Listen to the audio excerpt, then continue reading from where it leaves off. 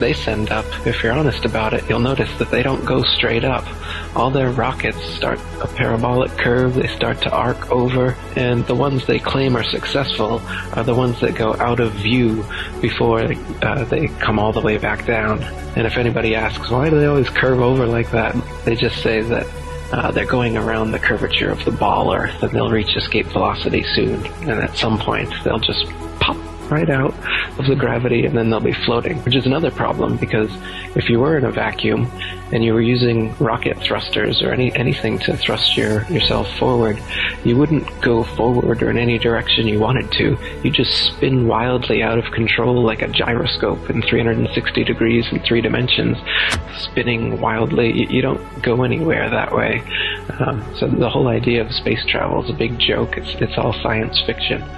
Yeah, the other thing I thought was really compelling about the satellites is you talk about just go on Google and do an image search for satellites. A lot of the stuff you see is going to look pretty archaic considering modern technology because they've been using the same model for so long. But almost everything, well, if this model is to be true, it'd have to be everything. But everything you see looks CGI, or it looks like a little computer graphic of a satellite. Where are the pictures of Earth with 20,000 satellites orbiting it? If we have an International Space Station, can't you get a photograph that has all these little dots that should look like lice all around the Earth's outer atmosphere? That's one issue, but also the temperature. They tell us the thermosphere is 2,000 degrees Celsius. Well, what metal is going to be able to withstand that kind of heat? What computer can survive in that environment? Yeah, that's right. Those are 2 more good points for why satellites, well, we shouldn't just assume that these things exist just because people say they do.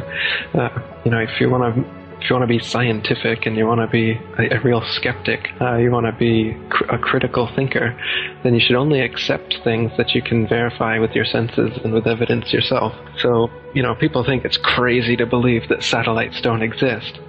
But really, it's crazy to believe that satellites do exist when you have no evidence and can never verify it for yourself. Just like these space programs and space telescopes and all these other things that we will never confirm. As far as we know, if I go up on a plane and I jump out, I'm coming back to Earth. Doesn't matter how high I go, I'm not going to start floating at some point like they claim happens, and has to happen if there are satellites out there. But as you said, if you look at the pictures of satellites and the pictures that these satellites are supposedly taking, they're all CGI. The satellite itself is fake. The pictures of the Earth look like cartoons.